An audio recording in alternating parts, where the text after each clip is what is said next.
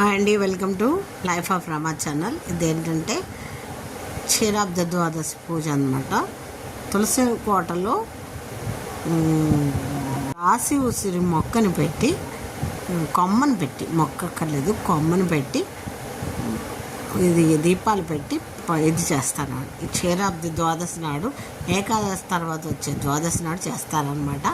ఇది ఏంటంటే పాల సముద్రం చిలికినప్పుడు లక్ష్మీదేవి విష్ణుమూర్తి ఈ ద్వాదశి నాడు బయటికి వచ్చారు. అందుకే దేవతలందరూ ఇది ఒక కథ ఉంటుంది, ఆ కథ అంతా చదివి ఇలా చేస్తారు.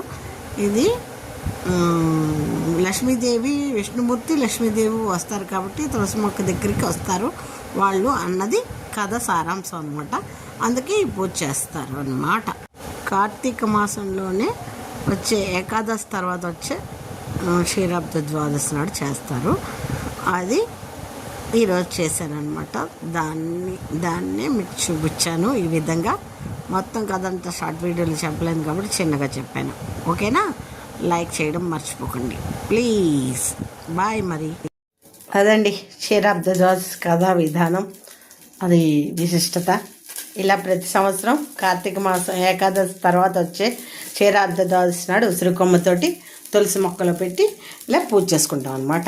దీపాలు పెట్టి 365 ఒత్తి వెలిగించుకోవచ్చు. ఎన్ని దీపాలు ఉంటే అన్ని దీపాలు మొత్తం అన్ని మీరు డెకరేషన్ బట్టి డెకరేషన్ చేసుకుంటూ వెలిగించుకోవచ్చు అనమాట. ఓకేనా? నచ్చిందా? నచ్చితే ఒక లైక్ ఇవ్వండి తప్పకుండా. లైక్ ఇస్తే చాలా ధన్యవాదాలు. లేకపోతే లేదని కాదండి, చూసినందుకు కూడా ధన్యవాదాలు. కానీ లైక్ ఇస్తే సపోర్టింగ్గా ఉంటుంది కదా. మరి మళ్ళీ మరొక వీడియోతో మళ్ళీ కలుస్తాను. బాయ్. మరి